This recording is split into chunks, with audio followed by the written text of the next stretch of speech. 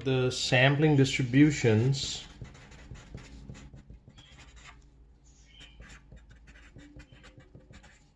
which are related to normal distributions.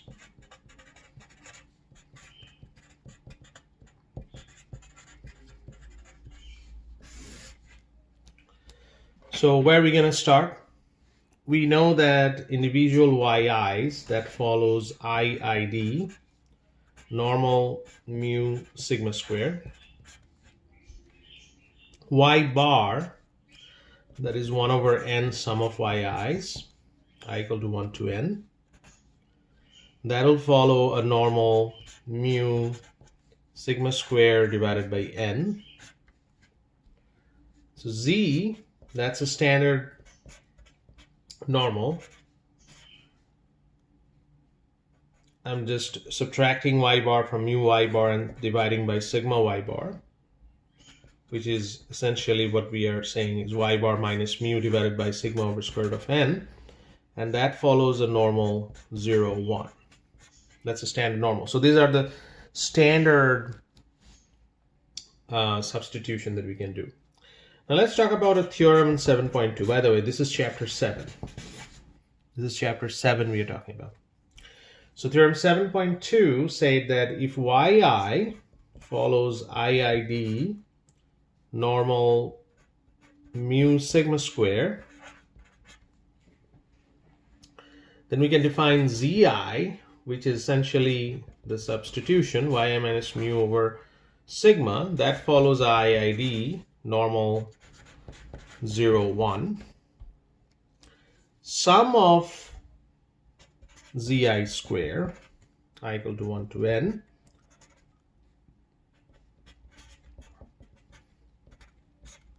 which is essentially sum of yi minus mu over sigma whole square. That follows a chi-square with n degrees of freedom. We already proved this. We proved this in terms of MGF. Now here is so how you can draw this. So this is the chi-square distribution. It's always positive. Chi-square distribution is always positive, and this is the area alpha. Then probability of chi-square greater than chi-square alpha, that is alpha. That means probability of chi-square less than equal to chi-square alpha, that is 1 minus alpha. So that's pretty much from the table that what we can get. Where is the table? Table 6 in appendix 3. That's what the chi-square table is. And if I want to use that, there is an example how to use that chi-square table.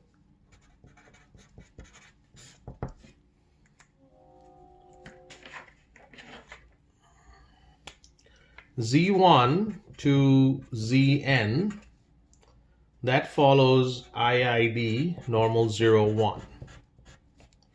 We want to know what is the probability of sum of I equal to 1 to n zi square less than equal to b equal to 0.95. So this is clearly chi-square. Alpha is 0.05 and n is equal to 6. So if I look up the table, then we should get 12.5916. So look up the table and figure out whether you can find that number or not. Let's move on to the next theorem.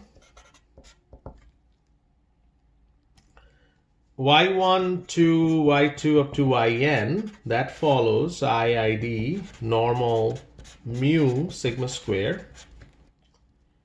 Then n minus 1 s square over sigma square, that is equal to 1 over sigma square, and this is sum of yi minus y bar square, I equal to 1 to n. This is actually a chi-square distribution with n minus 1 degrees of freedom.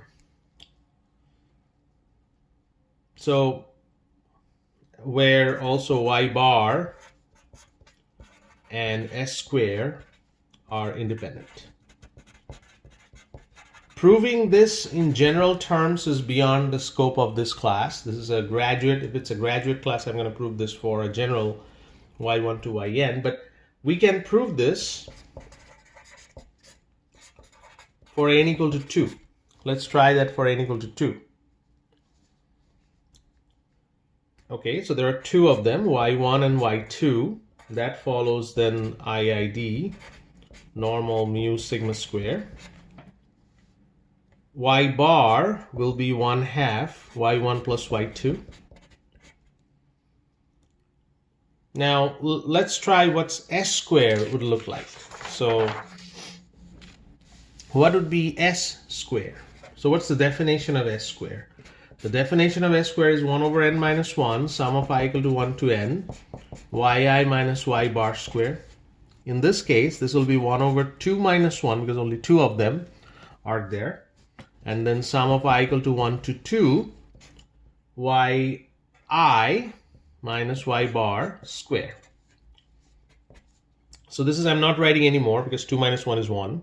So I'm just writing this explicitly. So y1 minus y bar square plus y2 minus y bar square. So y1 minus, this is y1 plus y2 divided by 2 square plus y2 minus y1 plus y2 divided by 2 square, because that's the mean. So if I do it correctly, this is 1/2 y1 minus y2 square, and this is also 1/2 y2 minus y1 square, which is the same thing since it's square. So practically this is 2 times 1/4 y1 minus y2 square, which is y1 minus y2 square divided by 2. Now remember what we are looking for, n minus 1 s square over sigma square, which will be in this case is 2 minus 1, s square is y1 minus y2 square divided by 2, and there's a sigma square. So essentially this turns out to be y1 minus y2 square over 2 sigma square. So this expression here is y1 minus y2 square over 2 sigma square. So can I prove this one is a chi-square? Basically that's the question. Well, y1 minus y2 is a normal 0 to sigma square. How do I know that? If you remember, previous page, y1, y2 both normal mu sigma square. So y1 minus y2 will be mu minus mu 0, but sigma square will be added, sigma square plus sigma square. So that's where I'm getting this number right here. So that implies y1 minus y2 divided by square root of 2 sigma square will follow a normal 0, 1, which is a z. So square of this term, y1 minus y2 square root of 2 sigma square, square of that will be a chi-square because it's a z square, which is a chi-square with 1 degrees of freedom. And what is this? This is actually this term. If I squared this, this is this term. So this term is indeed a chi-square 1. That's the proof. Well, let's try an example here.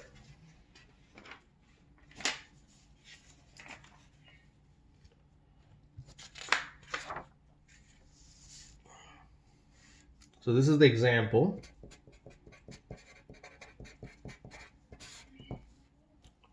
Probability of B1 less than equal to S square less than equal to B2 is 0.9. If you see an example like that, we have to find B1 and B2. S square is involved. When S square is involved, my target will be transforming this to n minus 1 S square over sigma square. That means I have to do the same thing with this one too. So n minus 1 times b1 over sigma square, that's less than equal to n minus 1 times b2 over sigma square, and that's 0.9.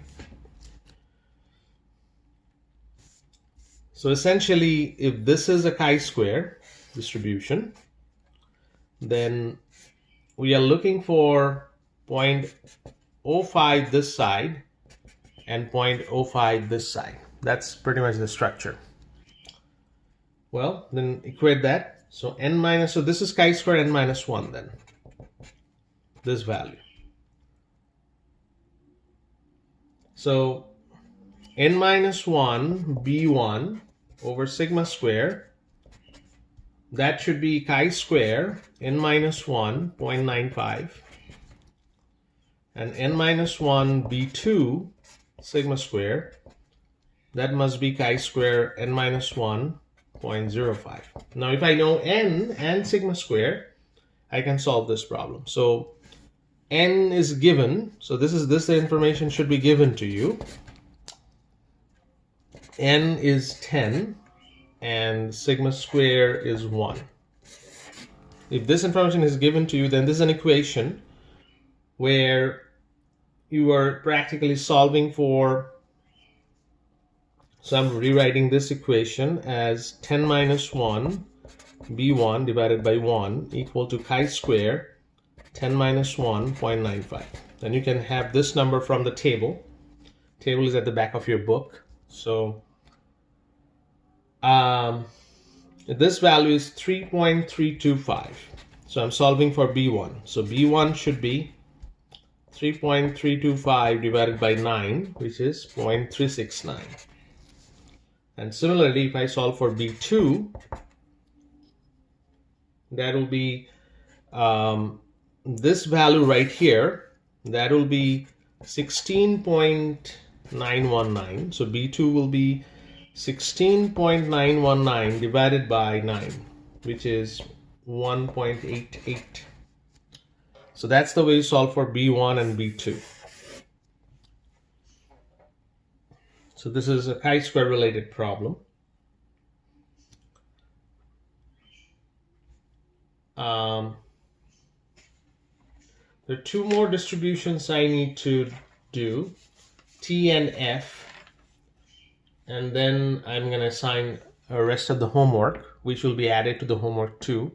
And that's pretty much the end of homework 2. And after the next lecture, there will be one more regarding the CLT, but those problems will be added to the next homework.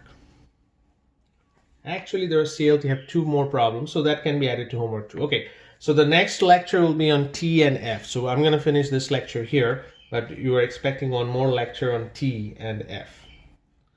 All right.